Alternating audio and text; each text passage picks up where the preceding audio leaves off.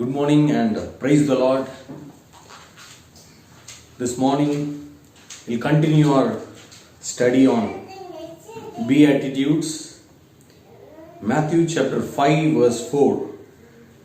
Matthew chapter 5 verse 4, it says, "Blessed are those who mourn, for they will be comforted. Blessed are those who mourn, for they will be comforted. Happy are those who mourn." The Greek word, the meaning of mourn, of this mourn is deep lament, genuine mourn, not a casual sorrow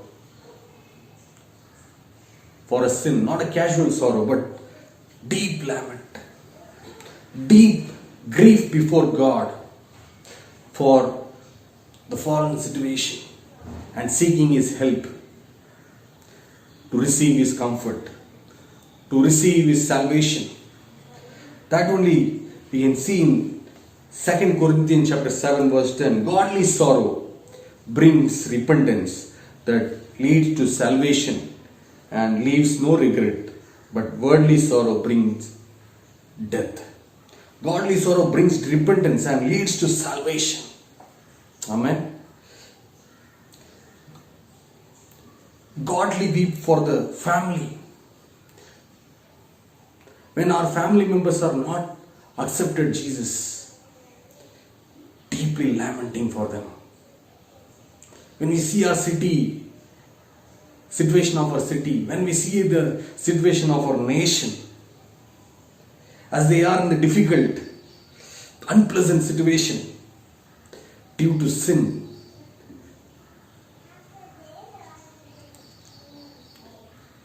to long for the deliverance from sin, from poverty, from injustice, disease and oppression, as people go through difficulty.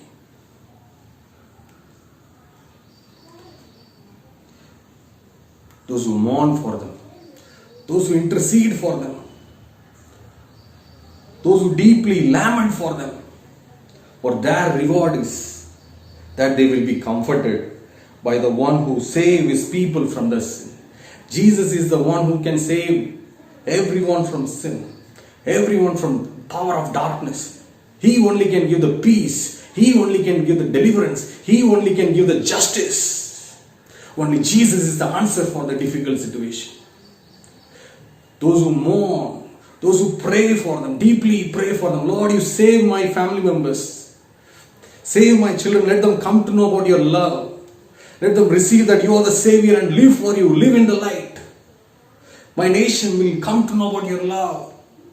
Let them be touched by your love.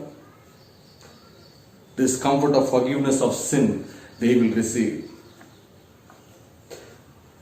We all know John Knox, the man of God who used mightily in the Scotland, constantly carried the burden of the lost Scotland.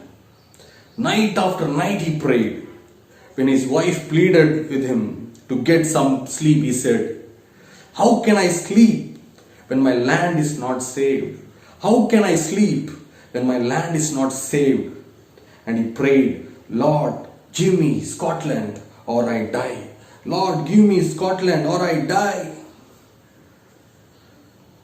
This morning when we look around, when we look at our country situation,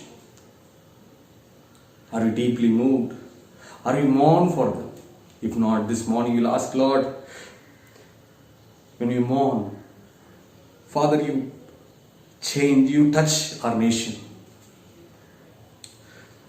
Those who mourn, they will be comforted. They will receive the forgiveness of Jesus. When we receive that comfort, so that we will comfort others, so that there are a lot of people are looking for this comfort. The comfort they will get through the blood of the Lord Jesus Christ. We pray this morning, Father, help me to mourn, help me to pray for our own family members. Let them come to know about your love. Let my own city, my nation will come to know about your love. There are times we fail to do that. But blessed are those who mourn, for they will be comforted. Happy are those who mourn, for they will be comforted. God is going to comfort us this morning. When we come to Him, when we deeply commit our life to Him, lament, mourn for our situation, He will fill us with His peace, with His deliverance, and He will use us so that we will be a source of blessing in the city, in the nation for His glory. Hallelujah. He is the answer for the situation. He is the need of this hour. Shall we all pray together this morning? We will tell Him, Lord Jesus, help me to mourn.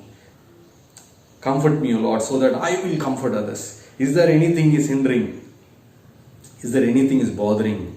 It is taking away your peace this morning. Father, you forgive that thing and give your comfort to me. And so that I will comfort my family members. So that I will comfort my city.